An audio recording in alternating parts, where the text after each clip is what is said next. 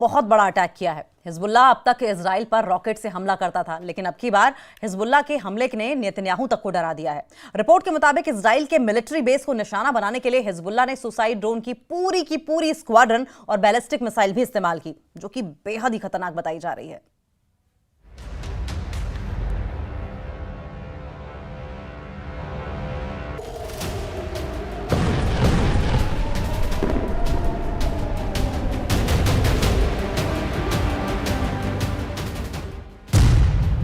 Israel पर Hezbollah का सबसे बड़ा हमला। इजराइल के कमांड ऑफिस पर ड्रोन अटैक। आसमान से शोलों की बरसात हो रही है, सायरन बज रहे हैं, अफरा तफरी मची हुई है। जान बचेगी या जाएगी किसी को नहीं मालूम। जो लोग जहां थे वहीं रुक गए।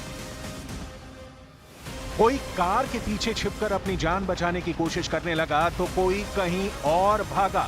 लोग बेहद ही डर गए थे।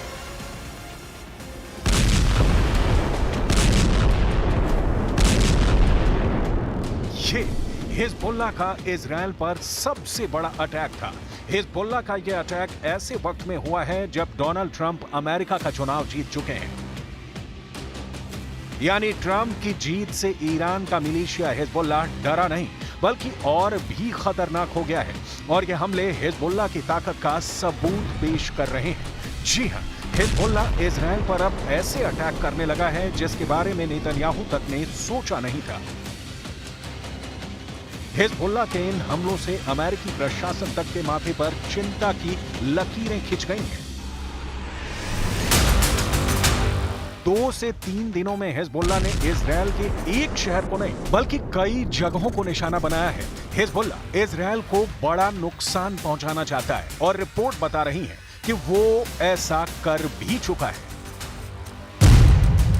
जगह हारकिया बेस, इजराइल। इजराइल का हारकिया बेस बिल्कुल खामोश था, तभी अचानक ड्रोन का एक झुंड बेस पर हमला बोल देता है। हर ओर से विस्फोट की आवाज आने लगती है। लोग अपनी जान बचाने के लिए इधर उधर भागने लगते हैं और जब ड्रोन खामोश होते हैं तो पता चलता है कि यह हमला किसी और ने नहीं बल्कि इजराइल के कट्टर दुश्मन और ईरान के मिलिशिया हिजबुल्लाह ने ही किया है। इजराइल के लिए यह हमला चौंकाने वाला था, क्योंकि आमतौर पर हिजबुल्लाह इजराइल पर हमले के लिए रॉकेट्स का इस्तेमाल करता था। लेकिन इस हमले के लिए हिजबुल्लाह ने इजराइल के हारकिया बेस को तबाह करने के लिए पूरी की पूरी ड्रोन स्क्वाड्रन ही उतार दी। विदेशी मीडिया की रिपोर्ट के मुताबिक हिजबुल्लाह की तरफ से किया गया ये अब तक का सबसे बड़ा ड्रोन अटैक था। विदेशी मीडिया का यह भी दावा है कि हारकिया बेस पर अटैक के लिए हिजबुल्लाह ने सुसाइड ड्रोन का इस्तेमाल किया था। हारकिया में इजराइल का बड़ा मिलिट्री बेस है और इस बेस पर कादर 2 बैलिस्टिक मिसाइल और ड्रोन स्क्वाड्रन से हमले की खबर से इजराइल भी हिल गया है। अभी तक इजराइल की तरफ से कोई भी प्रतिक्रिया सामने नहीं आई है, जबकि हिजबुल्लाह ने हमले की बात कबूल की है। हिजबुल्लाह का इजरायली मिलिट्री बेस को निशाना बनाना यह बताता है कि हिजबुल्लाह लगातार ताकतवर हो रहा है और उसके हथियारों के गोदाम में एक से बढ़कर एक खतरनाक हथियार जुड़ते जा रहे हैं। यही नहीं, हिजबुल्लाह की तरफ से फदी 6 नाम की एक नई मिसाइल का भी हमले के लिए इस्तेमाल करने की खबर है। विदेशी मीडिया के मुताबिक हिजबुल्लाह ने तेल नोफ एयर बेस और इजराइल की खुफिया साइटों पर निशाना साधा है। लेबनान में मारे गए आईडीएफ के 6 कमांडो। सिर्फ इजराइल में ही नहीं बल्कि लेबनान में भी अब हिजबुल्लाह आईडीएफ पर हावी होने लगा है।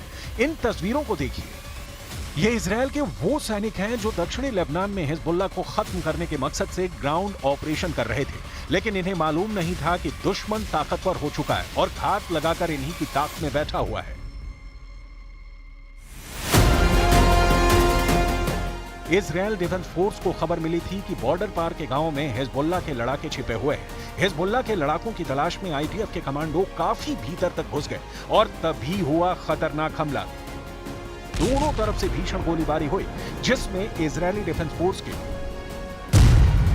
22 वर्षीय सीपीटी इलाई मार्कोविच, 21 वर्षीय स्टाफ सार्जेंट श्रिया एल्बोइन, 20 वर्षीय स्टाफ सार्जेंट ब्रोर हेन, 20 वर्षीय स्टाफ सार्जेंट नीर गोफर, 21 वर्षीय सार्जेंट शालेव इत्जाक सैग्रोम और 19 वर्षीय यो डैनियल की मौत हो गई।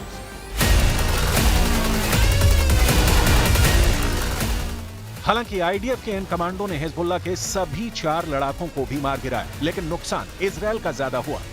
हिजबुल्लाह के इन हमलों ने इजरायल के गुस्से को कई गुना बढ़ा दिया है। नए रक्षा मंत्री बने इजरायल कार्ड्स ने हिजबुल्लाह के साथ संघर्ष विराम की बात को सिरे से खारिज करते हुए अब उसके संपूर्ण विनाश की बात कही है। אנחנו לא נעשה שום הפסקות אש ולא נעצור ולא נוריד את הרגל מהדוושה ולא נאפשר שום הסדרה שהיא לא תכלול את השגת יעדי המלחמה, שזה פירוק החיזבאללה מנשקו, זה השגתו מעבר לליטני ובעיקר יצירת התנאים האמיתיים לחזרת תושבי הצפון לביתם בביטחון. आईडीएफ ने मार डाले हिजबुल्लाह के 33 लड़ाके। इजरायल ने जो कहा वो किया। साउथ लेबनान में इजरायली एयरफोर्स के फाइटर्स गरजने लगे। जमीन पर आईडीएफ चुन चुन कर हिजबुल्लाह के लड़ाकों और उनके ठिकानों का विनाश करने में लग गई। रात को बेरूत शहर से ब्लास्ट की तेज आवाज आने लगी। हमला इतना बड़ा था कि घनघोर काली रात के बावजूद धुएं का गुबार कैमरे में रिकॉर्ड हुआ। इजरायल के हमले में 33 की मौत हो गई। इजरायल का दावा है कि उसने पिन पॉइंट एक्यूरेसी के साथ अटैक किया था और मारे गए सभी का ताल्लुक हिजबुल्लाह से था। हमले के बाद लेबनान ने कहा कि इजरायली हमलों में अलग अलग इलाकों में 33 लोग मारे गए हैं। इजरायल के हमलों में हिजबुल्लाह का गढ़ कहे जाने वाले बेरूत के दक्षिणी उपनगरों के साथ साथ उन इलाकों को भी निशाना बनाया गया जहां इस गुट का प्रभाव नहीं है। लेबनान के स्वास्थ्य मंत्रालय ने दावा किया कि बेरूत के दक्षिण में चौफ इलाके में हुए हमले में ही 15 लोगों की मौत हुई। इनमें 8 महिलाएं और 4 बच्चे शामिल थे। रिपोर्ट के मुताबिक पिछले एक हफ्ते में इजरायली हवाई हमले में लगभग 200 हिजबुल्लाह आतंकवादी मारे गए हैं और उनके 140 लॉन्चर नष्ट हो चुके हैं। आईडीएफ ने कहा कि लॉन्चर इजरायली होम फ्रंट और दक्षिणी लेबनान में काम कर रहे सैनिकों के लिए बड़ा खतरा थे।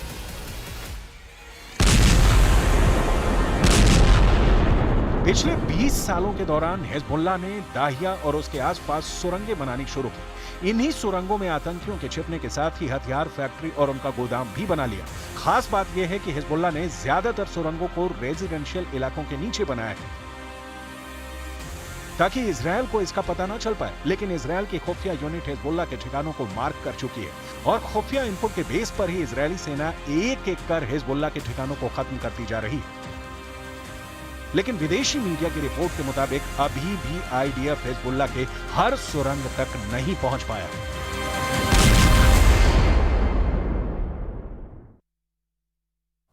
तो सवाल यह है